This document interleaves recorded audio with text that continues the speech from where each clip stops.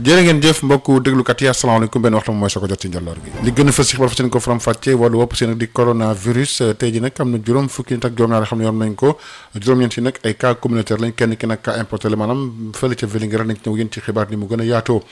ñi faatu tamit di woy di law juróom-ñett ñi ñoo ci nag seen bakkan ki ci mujj nag démb la gaañu ca Thiès ginnaaw nag ba mu gënee testé positif na moom wopp si di coronavirus moom moo ko daal di yóbbu na ñëw yéen tamit ci Mbour li nga xam ne nag moom moo jëm ci wàllu cas communautaire yi nag fësaan na fa bu baax a baax rawatina nag ca maire ba nag ak préfet bi nga jël seen ay matuwaay ngir rek fas yéene jàmmaroo ñi nga xam ne kat ñoom ñoo jëlul ay disposition li ni mel Assane Thioune moo nekk ci wàllu xaral la. El Hadj Malick Ndiaye. Sénégal nag am na fi mu toll nii juróom fukki nit ak juróom-ñaar xam nañu wopp si di coronavirus bokk na ci ñooñu nag juróom-ñeent yoo xam ne dañoo jógee ci transmission communautaire yi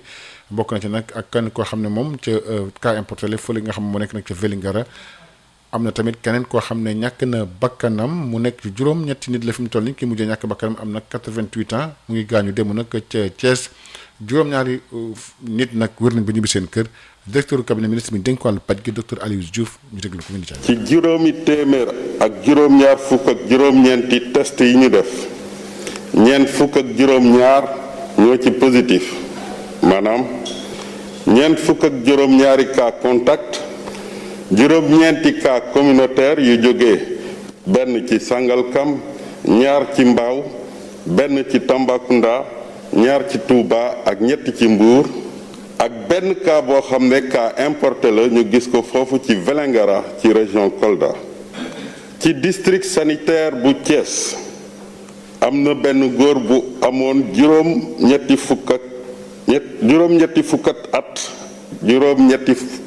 fukki at ak juróom-ñett bu faatu ci biir këram démb samedi bi 11h jotee ci bëccëg bi ñu defee test bi gannaaw faatum gis nañu ne dafa amoon jàngoroy Covid-19 ci loolu ministère de la santé et de l'action sociale mu ngi koy jaalee njabootam fi ñu toll nii amul benn cas grave bu nekk ci suñu bërëbu fajukaay yi ñeneen ñi nga xam ne ñu ngi ci hôpitaux yi ñu ngi am tan ci bésu tey dalee ko ci cas bu njëkk bi Sénégal wàññi na juróom benn téeméer ak juróom-ñaar fukk ak benn cas ñaari téeméer ak juróom-ñett ak fukk ak ñett wër nañu juróom-ñett ñoo ci ñàkk seen bakkan benn ñu évacué ko mu des ci suñu hôpitaux yi ñetti téeméer ak juróom-ñetti fukk malade yoo xam ne ñu ngi leen di suivre ministère de la santé et de l'action sociale mu ngi dolli di ñaax askan wi ñu sàmmoonteeg digle yi nga xam ne moom la ñuy joxe. ñu wax ba tey ci coronavirus ak tamit démb am na ko xam juróom-ñetti fukki at ak juróom-ñetti yoo xam dafa ñàkk bakkanam ca Thiès ber nañ nag li nga xam moo nekk njabootam gox ba nag chef d'hygiène ma nga fa ngir rek désinfecté ko defaraat ko raxasaat ko ba mu gën a set ak tamit kër ga mu dëkk Babacar Ndaw. El Hadj Malick Ndiaye ni nga ko waxee noonu la ni ko jëwriñ wala directeur de cabinet bu ministère de la santé firndee léegi moom docteur Aliou Diouf juróom-ñetteel lépp doomu aadama mu ñàkk bakkanam ci coronavirus fii ci Sénégal. mi ngi fekk baax Thiès moom mu góor gi Lamine Sène démb la ko def ci samedi bi 11h ci suba laata loolu nag ci aljuma ji bi mu yëgee na yaramam daal neexul jot nañu woote sur place ñu ñëw ba defal ko ay prélèvement mel na ne moom jotul xaar sax résultat yooyu yàlla def li gën loolu nag ginnaaw ko kilifa ñu dénk wàllu ko wér-gu-yaram ak ñu yor comité départemental bi xeex wàllu ko Covid-19 fii ci Thiès dem ci ngoon jël nañ seen ay matuwaay ba dem ci kër ga.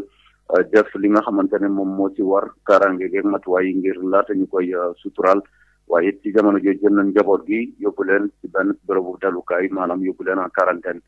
terewul tey it bi ñu xëyee ginnaaw ministère bi confirmé mbir moomu ñeneen waa doomu Thiès ci ko yëgul woon nag ñu bare tey lañ ko dootu yëg ba tax na nag mbir ma terewul service d'hygiène ñëwaat fa ngir pomper kër ga waaye ñi nga xam ne ñooy waa kër docteur ñu ngi continuer di xool ñan ñoo jotoon daal jëflanteeg góor googu ngir ñu xool nan leen ni mën a saytu fii rek ñaari ay bés xool ndax ñoom it wàllu ñu leen ko la déet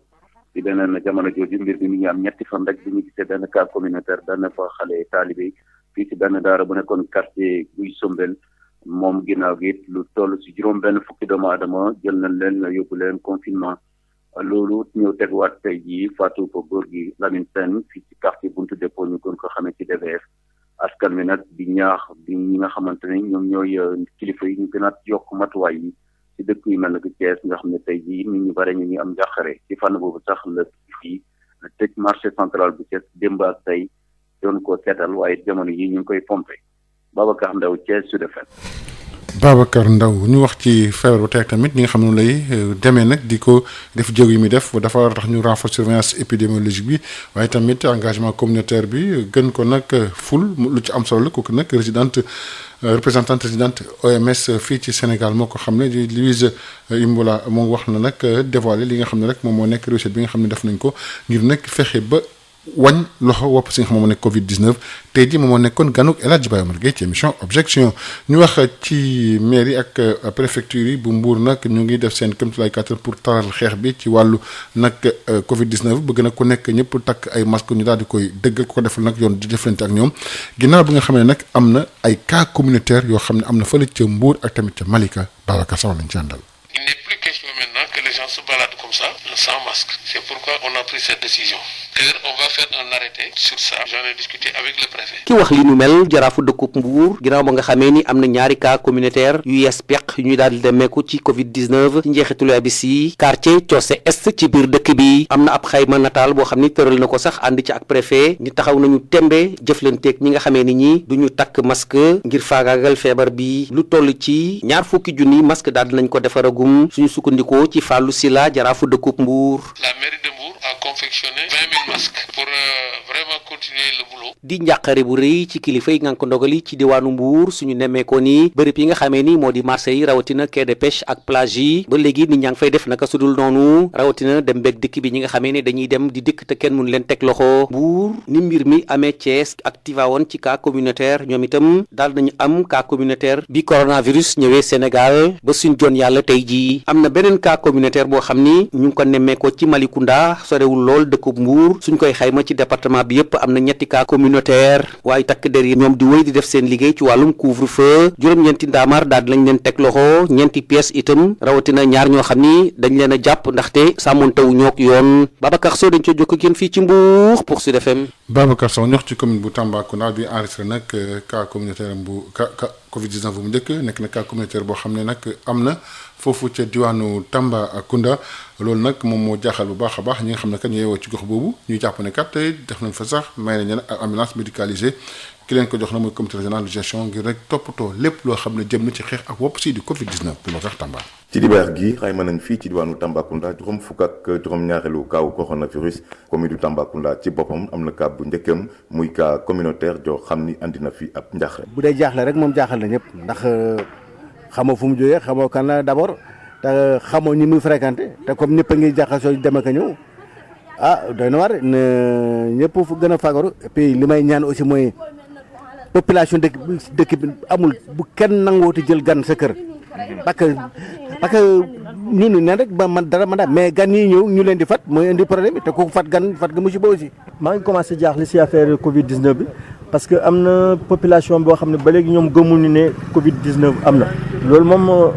doy na waar waaye nit ñi war nañ fagaru. naka noonu la kuréel bii di alliance Macky encore débbal waa comité régional de gestion de l'épidémie benn ambulance médicalisée Fallou Sylla mooy ka yoxewoon seen kat. contribution la parce que ambulance bi dañ ko jënd woon pour poste de santé Dialokoto mais ci contexte bu ñu fekkee mooy coronavirus moo tax ñëpp méngoo nekk benn dajaloo ñëw ci gouvernance pour mettre à disposition comité de gestion. docteur Bayal Cissé mooy médecin chef de région di ko rafetlu bu baax a baax. ambulance bi dana am njëriñ lool lu ma wax nii si biir région Tambacounda. en plus ambulance bi ñëw si jamono ñoo ngi am fi Covid bi nga xam ne coronavirus bi xaw ñu sonal lool vraiment ndimbal bu am solo lool si nit bi ñoo ngi koy sant di ko gërëm. di ne tamit waa population Tambacounda nii la ñu xaar si ñoom. gouverneur diwaan bi daal ci joxe yi tegtal. utiliser ko pour Tamba Kolda bu ñu yóbbu prélèvement yi bu ñu leen defee Goudiri ba pare. moom Oumar Mamadou Baldé doon na jiite ci lu mat ñetti waxtu ab ndaje mu aju ci wàllu kaarange du ñàkk ñu lal ay pexe yu bees ngir rek jëlee ñooy dugal ak génne ay nit di ko jaare yoonu mbooy mi Boubacar Tambaloon te Jokko fii ci Tambacounda rajo Sud FM. Boubacar Tamba ñu wax tamit ñi nga xam ne rek ñoom ñoo tàncu nag immigré yi war a jëm si fii Sénégal ci wàllu coronavirus tax ñu daal di tàncu nag loolu nag am na njeexital ci diwaan bële di Thiès Moustapha Cissé mooy président ancien immigré de retour région bu Thiès ci micro Babacar Ndaw. immigré yi ñoo ci ëpp problème parce que immigré yi nekk nañu famille boo xam dañu yaatu ñeenti famille lañu famille ba nekk Europe ñoo ngi ci ay danger ne ci ay problème am ñu nekk si Italie boo xam ne état yëgu leen gisu leen parce que Italie bu ñu ko dee wax mun nañu Milan la ak Brescia ak Bergamo mais am na ñu nekk ci 9 régions yu nekk ci biir Italie ci sud ba état yëgu leen jàppale leen ñoo ñu ngi ci ay jafe-jafe am ay sénégalais yu nekk ci prison yi bari fa lool 619 000 sénégalais ñi ngi ci prison bi Italie France Belgique Allemagne Angleterre fu nekk ay sénégalais ci prison ba te dégguñu état wax ci dara ci ñooñu te ñooñu xamuñu dañoo dee xamuñu deewuñu amaat beneen famille sénégalais bu nekk fii boo xam ne ay immigré de retour lañu jël seen alal andi ko ci réew mi investir ci région de Thiès ñi ngi fi investir ci tool yi fu nekk ña ngi fa investir am yeneen immigré yoo xam ne dañoo ñëwoon vacances depuis octobre ñëw Sénégal am fi ay problème parce que li ñu yoroon jeex na tàkk te ñoom dañoo waroon dem été ci mois de mai bi war ba nekk ba mois de août loolu xamuñu kañ la ñuy dem wóorul ba xam été dana am ñooñu dañoo nekk ay danger parce que xamuñu kañ ñuy dem li ñu yoroon jeex na te dañoo bëgg état buy dimbale mu jël famille immigré yëpp boole leen dimbale ci Sénégal ñu xam ne immigré yi bu ñu ko defoon 3 parties benn partie ay immigré lañu 4 immigré yi mat nañ 4 millions 500 suñ ci boolee suñu famille war nañu mat 6 millions kon loolu bu état jëlee ay 12 milliards 600 millions di leen ko jox du dara jarul ñu leen dara ña nekk Italie ak Europe ñoom état yaa ngi leen di dimbale état yi jël nañ en charge ci ñoom di leen dimbale parce que Europe bu ñuy dimbale ñoom famille yëpp la ñuy dimbale jëluñu ki bàyyi kii mais Sénégal dafa mel ni immigré yi dañoo jël ñu nekk Europe ca ñooñu sax ñañ ci wax duñ ci jariñu dara parce que ku feebar lañ wax ak ku dee ak ku nekk ku ñu bloqué ca ñooñu mënuñu sax 5% ci famille ji ñuy wax loolu kon donc ñuy lancer appel état mu taxawu Sénégalais yi jàq nañ jaaxle nañ état dafa waxuloo ñoom état yi waxuloo ak ñun parce que depuis ba mu commencé ba léegi état day décider li muy def état buy def dafa war a woo immigré yi toog ak ñoom baam gàtt ne mais ci jur gi la bokk dañoo war a woo immigré yi dialogue bi ñuy woote yëpp dañu ci war a woo parce que Sénégal dafa am ay doom yu compétent yoo xam ne métiers yi caatu yëpp jàng nañ ci grand industrie ci ni en monde bi entreprise yëpp Sénégal yaa ngi fay liggéey li ñu am lépp dañ ko indi Sénégal quartier ci Sénégal yëpp foo dem immigré ñoo ko tabax grâce à immigré dafa ni Sénégal li ñu ci war def def lañ ko fi di ay doomi Sénégal yoo xam ne dañoo am jom am ngor li ñu am lépp ñu indi Sénégal tey nag ba problème am nag état da leen waroon a boole ci bi mu commencé léegi gouverneur yi lañ jox li nga xam ne moom la ministre waroon def au niveau central ñoom ñoo ko yor yéen fii si région Thiès est-ce que dem ngeen gis gouverneur wax seen situation bind nañ tax nañ ci télé tax ci rajo yi ñu ngi ñuy dégg ñuy wax parce que immigré bi ñëw fi toog fi def fi 4 mois 5 mois lam yoroon jeex amatul dépense amatul dara bi avion bi mu waroon am pour retourner mënutul dellu xamul kañ lay jëm ñooñu état daf leen waroon jàppale bokk la ñi nga xam ne ñu nekk Sénégal di taaba taaba di am lu ñuy lijjanti immigré bu état rek moo leen mën a dimbale parce que kenn du leen dimbale. ñu wax ci xeexal Covid 19 bi préfet bu département bu Kaolack nag moom li mu bëgg lu leer la ay stratégie yoo xam ne xawal nañ ko loolu nag ngir nag gën a taral xeex bi ci wàllu Covid 19 bi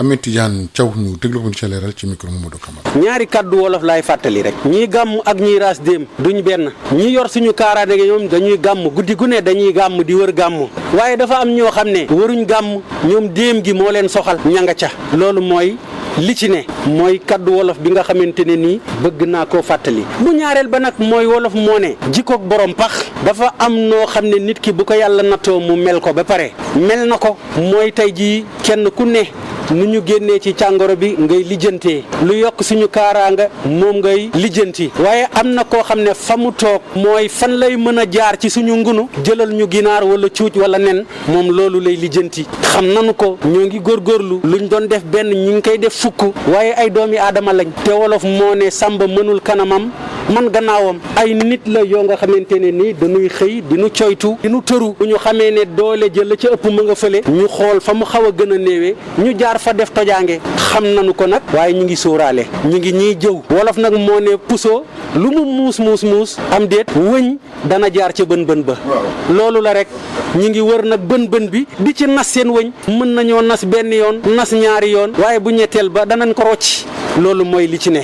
ci kàttanu borom bi. waaye am na oto yoo xam ne yi léeg-léeg dañuy jéem a buruxlu di jaar. waaw du oto yi rek am na oto yoo nga xam ne ñu ngi ci seen ngénte tubaab am na jakarta yoo xam ne ñu ngi ci seen ngénte tubaab xam nañu fan la police ak gendarmerie di yës di saytu tali bi xam nañ ko waaye bu ñu xamee ne fii la ñu yës ñu teggi jël ñàll wi ñi ngi koy def di roñ di yóbbu loo nga xamante ne nii daawoor ci fay sax junni ñu di la laaj tey fi tey juróomi junni am na ak lu ko ëpp ñi ngi koy def waaye ni ñuy jàngee ñu nit noonu lan leen di jànge ñoo ngi xool suñuy manin ñu nitam ñu ngi xool seeni manin du ñu ne kenn du ko def de waaye xëy na ko def benn def ñaar balaa muy ñett di nga dal ci sunu loxo wala nga dal ci sunu ngànnaay.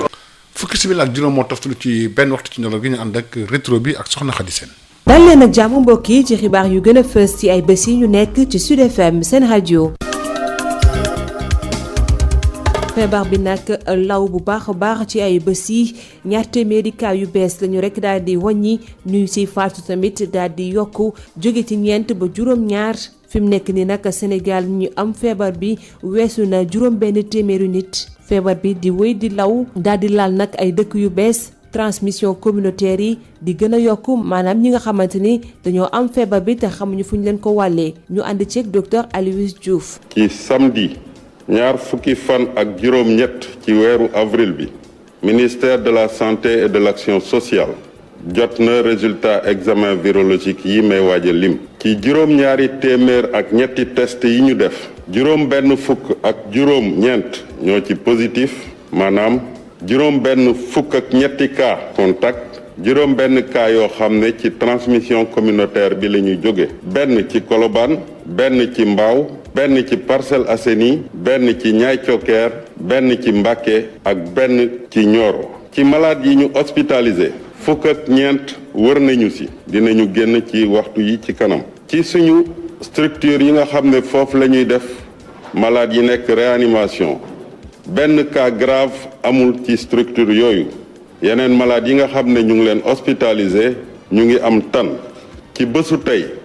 dalee ko bés bu njëkk bi Sénégal amee benn cas wàññi nañu juróom benn téeméer ak fukk ak ñeenti cas ñaar téeméer ak juróom-ñaar fukk ak juróom benn wër nañu ci juróom-ñaar ñàkk ci seen bakken kenn ki ñu évacué ko ci dëkkam mu des ci suñu structure yi ñu leen di faj ñetti téeméer ak fanweeri malade yoo xam ne ñu ngi leen hospitalisé. feebar bi di am doole ci réew mi ba tax na nguur gi daal di rek génne décret ne fi mu nekk nii nag ñëpp ñoo war a sol li nga xamante ni mooy masque ci diirub état d'urgence bi képp koo xamante ne nag yaa ngi dem ci service public yi wala privé ci marché yeeg woto yi dangaa war a sol sa masque boo ko deful nag yoon dina dal sa kaw di ab arrêté boo xamante ne ministre de l'intérieur moo ko daal di signé. ci talaata gi Louga am koo xamante ne da cee ñàkk bakkanam ci feebar bi lee ci hôpital Amadou Sakhir Mbaye ab sëriñ la nag bu toll ci juróom-ñaar fukki at ak ñeent faatoom gi nag bëri na ay laaj foofee ca Louga la mi ngi saamaan lañ ci àndal. Louga dafa yeewu tey ji ak cas bu njëkk bi nga xam ni faatu na si jëm si wàllu coronavirus mu nekkoon góor gi xam ne toll na si juróom-ñaar fukki at ak ñeent moom naka démb bi juróomi waxtu jotee ba tegal fanweeri simili si la faatu moom nag wax nañu ni cas contact la muy xibaar yi nga xam ni moom la comité bi saytu lépp lu jëm si wàllu mbas mi jox taskati xibaar yi foofu la yem waaye si gëstu daal ba nga xamee ni mbir mi am wax nañ ko si biir mu siiw si biir Louga ak léegi coow li bari na lool te li ko waral itam moom mooy rek ni ki nga xam ne moom moo faatu moom bokkul woon si liste bi nga xam ni fa la ñuy doon gis daal kaaw contact yi nga xam ni moom la région médicale doon toppatoo wala boog moom la comité bi doon toppatoo bokkul woon itam si liste ñaar téeméer ak fanweer ak juróom-ñeenti nit yi nga xam ni ñoom duñ leen beroon di saytu seen wér-gu-yaram waa ji yi nga xam ne nag moom moo faatu toll si juróom-ñaar fukki at ak ñeent dëkk démb si la dem si moom si boppam si hôpital jaar na urgence ba ñu defal ko fa sax ay consultation ñu doog ko yóbbu fi nga xam mooy médecine fa la mujj faatoo mu mel ne bokk li wër ba wër mooy mi ngi faatoo si biir hôpital bi nag waaye nekkul woon si centre bi nga xam moom la ñu aménagé woon di fa saytu ñëpp ñi nga xam ne rek ñoom ñoo am lii di feebar boobu leneen li nga xam ne itam mën nañ ko see wax mooy wax nañu ni bu eggee si hôpital bi jot nañu def ay prélèvement yooyu sax ñu yónnee woon ko Ndakaaru résultat yi tey jii luñ ko doon xaar. ci bés boobee tamit sa Ziguinchor doomu français bi nga xamante ne moo dëkkoon ca Cap Skirring te amoon feebar bi di coronavirus ñu faj ko ba mu wér moom la ñu daal di testé waat mu daal di amaat feebar bi dañ ciy ànd ak benn Michel Kanfoudi ci ay leeral. ci fanweer ak ñaari nit yi nga xamante ni def nañu ci ñoom ay prélèvement fii ci diwaanu Ziguinchor kenn képp moo ci daal di dellu si positif ci alarba ji mu nekk nag benn ressortissant français bi nga xamante ni ni moom sax ay bés bi ñu jógee ne la génn ci centre de traitement bu centre hospitalier régional bu Ziguinchor nasaraan soosi nga xamante ni mu ngi dëkkee ci cité balnéaire bu Cap Skirring moom nag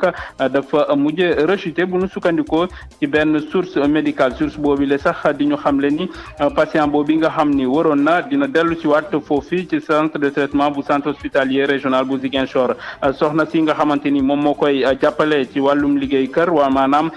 femme de ménage am nag dañ ko mujjee ber ngir moytu bépp risque propagation jàngoro jooju ñu wooye coronavirus ci commune bu Diembéring nekk ci département bu Oussouye nasaraan suuf si nga xam ni toll na ci juróom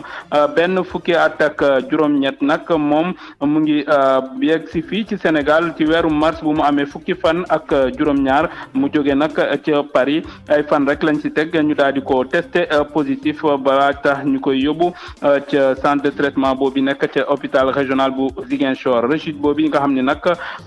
patient boobu am na ko nag